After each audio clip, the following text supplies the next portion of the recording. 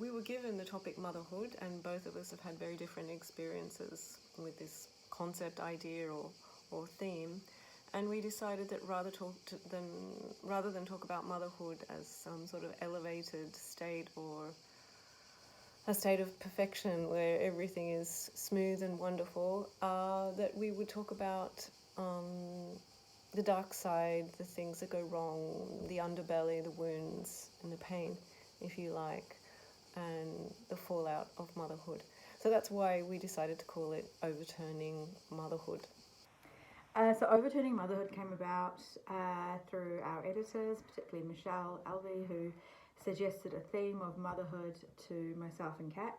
And we, I think, both loved the idea of rebelling against such a theme. And that's kind of what really drew me to Kat. I love this idea of someone who was willing to go outside the box against the initial kind of perception of such a theme.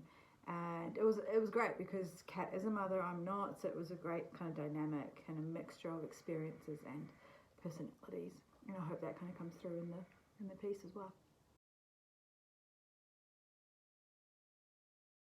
Why this structure? We've actually produced a conversation in 5 parts. There are 5 different vignettes, and either of us have begun with a story, and within the story a certain theme, and the other has sort of riffed according to that. And so the stories are quite different, but they're refractions of each other, I think, and quite closely linked.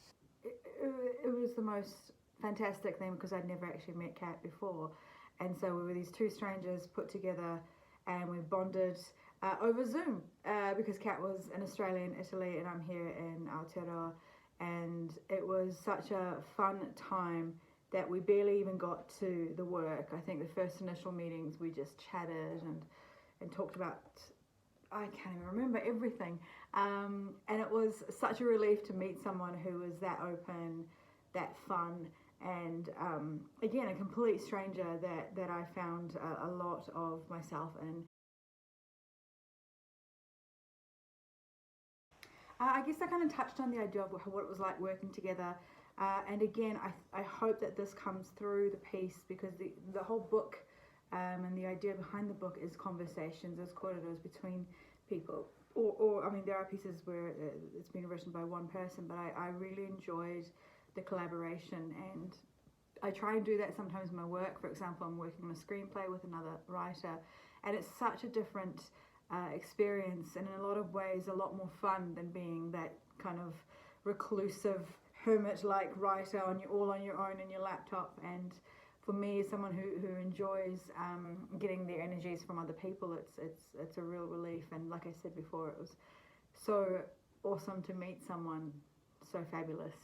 So yeah, again, I hope that comes through the piece, and I hope we get to work together again. Maybe I'll go to Italy and stay with Kat, and we can sit there and drink wine and write more wonderful prose. I greatly enjoyed working with Gaz. It was very easy and natural from the start. We worked via Zoom sessions. Obviously, I live in Italy and Gaz lives in New Zealand. So, and it all came together quite quickly. It was a great pleasure. So thank you very much for having us both.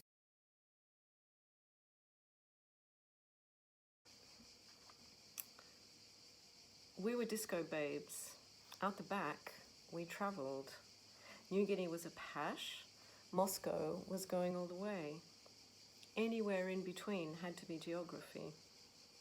We wore our love bites with pride and sculled Benin in the toilets. And when one of us came home pregnant, we gave her all the support in the world to get rid of it. We had rights, there were clinics, but she wanted to keep that baby. Against all of our earnest advice, we watched it push out her belly, and she wore pushed out Indian dresses with wonky hems. She went through the horrid splitting apart of birth and brought home a doll in a basket. Those cells we wanted flushed out of her became a tall, lanky girl, prettier than any of us. Thank you.